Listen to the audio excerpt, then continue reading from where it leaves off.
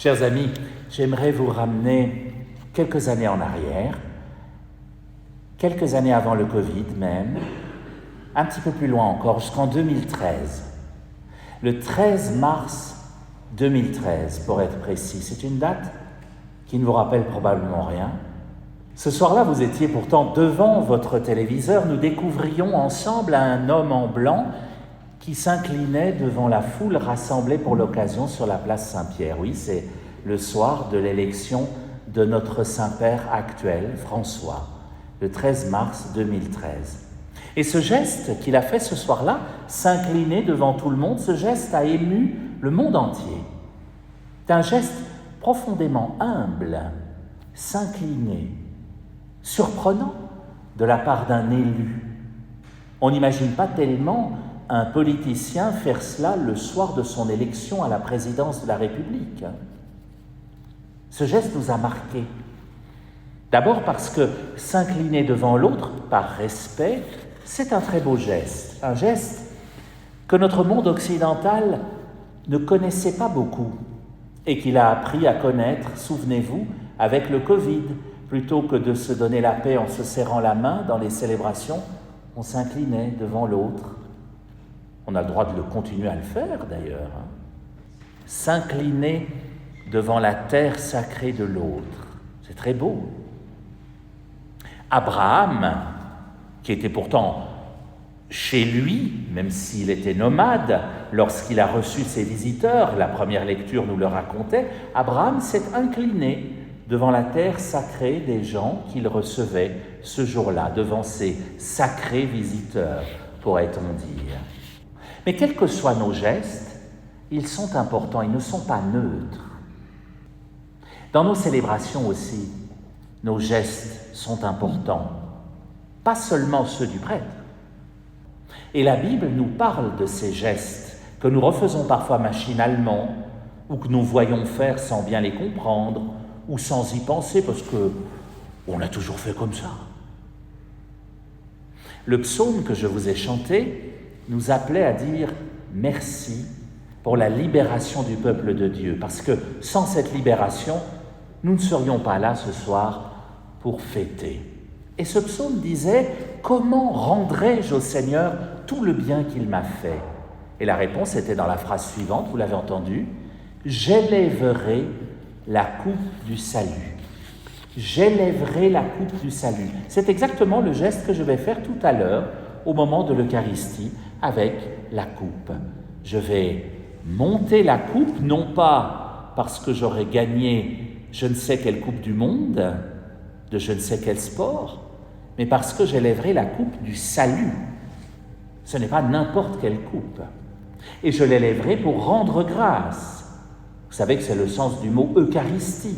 En grec, ça veut dire rendre grâce. Alors vous me direz que dans le psaume, il n'y avait que la coupe. Manque le pain. Et il fallait attendre la deuxième lecture pour avoir le pain. La lettre de saint Paul aux Corinthiens. Et cette fois, c'est le geste de Jésus que nous rappelait Paul avec ces mots que nous connaissons par cœur. La nuit même où il fut livré, le Seigneur prit du pain, puis ayant rendu grâce, nous l'avons même chanté. Paul conclut en donnant tout son sens à ce geste. Ainsi, disait-il, chaque fois que vous mangez ce repas, chaque fois vous proclamez la mort du Seigneur jusqu'à ce qu'il revienne. C'est donc pas un geste du passé que nous refaisons sur cet autel. C'est un geste pour demain, pour l'avenir, que le Seigneur nous donne pour attendre son retour. C'est un geste tourné vers le futur. Nous avons donc, chers amis, des gestes du passé pour nous souvenir de nos ancêtres, s'incliner notamment, et nous avons des gestes tournés vers le futur pour faire en sorte que Jésus revienne. Et le présent alors ? Eh bien, le présent, c'était l'Évangile qui nous le donnait, ce geste du présent, Jésus qui se fait serviteur, alors que même ses disciples le tiennent pour maître. Serviteur. C'est ce que nous sommes tous, nous les prêtres. Nous avons souvent de très beaux habits, comme celui que je porte ce soir, pour célébrer en vous servant ce repas, mais si vous allez dans n'importe quel bon restaurant, les serveurs sont effectivement très bien habillés.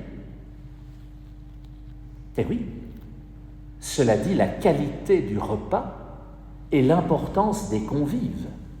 Si le serveur est complètement négligé, cela dit ce qu'il pense de vous.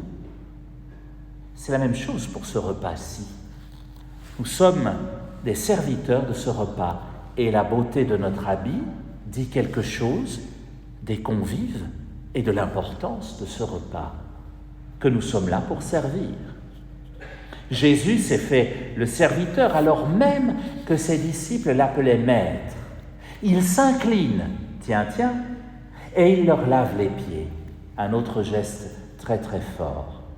Et quand il reprend place à table, vous l'avez entendu, Jésus dit « Est-ce que vous comprenez ce que je viens de faire? Vous m'appelez maître, mais je ne suis qu'un serviteur. » Peut-être qu'il y a un moyen de l'imiter, c'est de se faire serviteur à notre tour. Et de plus, disait Jésus, si j'ai fait ce geste, c'est pour vous apprendre à faire de même, vous aussi. Et donc, c'est vous aussi qui devez être les serviteurs les uns des autres, reproduire ces gestes de charité, s'incliner, servir. Ce devrait être fait par chaque baptisé pour ses frères et sœurs. Au restaurant, chers amis, le serveur nous donne une carte des mets, M-E-T-S. Jésus, lui, nous donne une carte des mets, A-I-M-E-R. Et dans ce repas que nous prenons à cette table, c'est cette force-là que nous prenons, la force de nous aimer les uns les autres. Parcourons ce menu d'amour qu'il nous propose, cette carte d'aimer.